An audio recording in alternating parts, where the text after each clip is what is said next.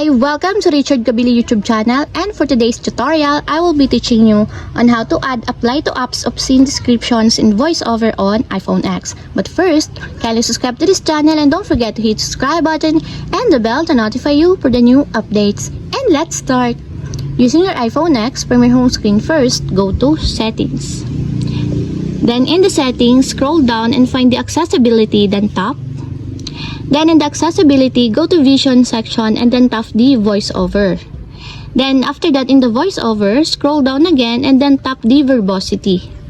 Then in this part, in the verbosity section, scroll down again and then tap the scene descriptions just like this. Then after that, in this part, in the scene descriptions, just tap the apply to apps.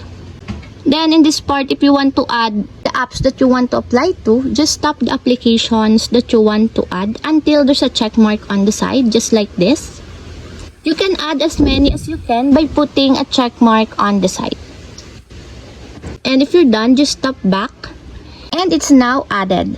And that's it, we have successfully add apply to apps of scene descriptions in voiceover on iPhone X. If you have a question, can you comment down below and don't forget to hit the subscribe button and the bell to notify you for the new updates. And thank you for watching!